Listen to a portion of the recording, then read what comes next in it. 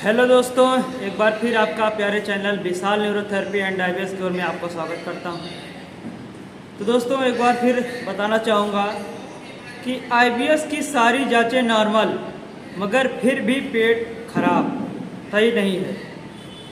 पेट की जांचें नॉर्मल यही है कि आप एंडोस्कोपी कराते हैं, सीटी स्कैन कराते हैं, अल्ट्रासाउंड कराते हैं, सोनोग्राफी कराते हैं, कोई भी जांच आप कराते हैं तो उसमें नॉर्मल ही आता है, ज़्यादा आता नहीं कुछ। आईबीएस एक ऐसी बीमारी है कि ये नाभि को हटना और आईबीएस का बनना, या फिर आंतड़ियों में सूजन, या आंतड़ियों की नसों में इनबैलेंस, या आईबीएस माइंड से केमिकल इनबैलेंस होना, नसों में इन्फेक्शन होना, इन कारणों से आपका आईबीएस बनता है। ये नसों की जो बीमारियां आपके बनती हैं, नाभि के लेकर बनती हैं, ये बीमारी ऐसी है कि ये किसी जांच में इसे देखा नहीं जा सकता। तभी इसलिए आप कोई भी जांच कराते हैं उसमें कोई भी कुछ आता नहीं है। तो इसीलिए मैं बताना चाहूँगा कि आप कोई भी जांच करा लीजिए, ये आएगा नहीं। आईबीएस के लक्षण आपको खुद डायग्नोस करने पड़ेंगे, खुद समझना पड़ेगा आपको कि आईबीएस है या क्या है।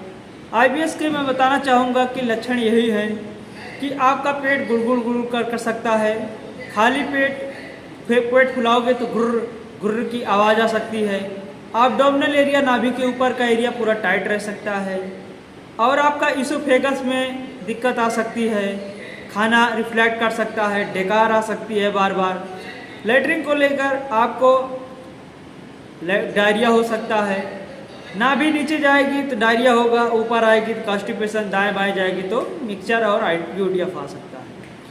यह आईबीएस के लक्षण हैं। पेट में नाभि के चारों तरफ जकड़न रह सकती है, नले दोनों तरफ पड़ सकते हैं, और ये इन समस्याओं से पेट की, आपका पेट जब खराब रहेगा तो आपको एंजाइटी, डिप्रेशन और स्लीपिंग प्रॉब्लम और अन्य समस्याएं धीरे धीरे आपको, ये जैसे सीवियर होता जाएगा आईबीएस, वैसे आपको ये समस्या और बढ़ती जाएगी। तो दोस्तों, आपको ये इतना अगर हो रहा है, आप डायग्नोस कर पा रहे हैं कि मुझे आईबीएस है, तो आप कोई भी जांच कराना बंद करिए और आप अपना अच्छे से अच्छे जगह पे न्यूरोथेरेपी लीजिए, जिससे कि आपका आईबीएस ठीक हो सके। आईबीएस में आपको 2-3 चीज़ों का ध्यान रखना है कि आपको सही ट्रीटमेंट मिलना चाहिए, सही गाइडेंस मिलना चाहिए, सही डाइट मिलनी चाहिए, और सही योगा होना चाहिए। इन सब चीज़ों का रोल आप करेंगे तो आपका आईबीएस निश्चित ही जीतेगा, मतलब हारेगा। आईबीएस को आप हरा पाएंगे, और आप जो है इन जांचों के दवाइयाँ, आप एलोपैथी और आयुर्वेदिक और होम्योपैथिक में इसका इलाज संभव नहीं है। बस आपका खाओगे हुआ कुछ और है, दवा खाओगे कुछ और ही आपको इन्फेक्शन बनता जाएगा, आपको आराम होने का नहीं है। तो आपको जल्द से जल्द ही आप डायग्नोस करके अपना ये लक्षण अगर पहचान पा रहे हैं तो कहीं ना कहीं आप न्यूरोथेरेपी लीजिए। सही न्यूरोथेरेपी लेना भी बहुत इम्पॉर्टेंट है। न्यूरोथेरेपी तो बहुत हैं आज इंडिया में, मगर सही फार्मूले का सही डायग्नोस करके सही उस पर काम करना बहुत इम्पॉर्टेंट है। तो आप जल्द से जल्द आप अपना न्यूरोथेरेपी ट्रीटमेंट कराएं और आईबीएस को हराएं।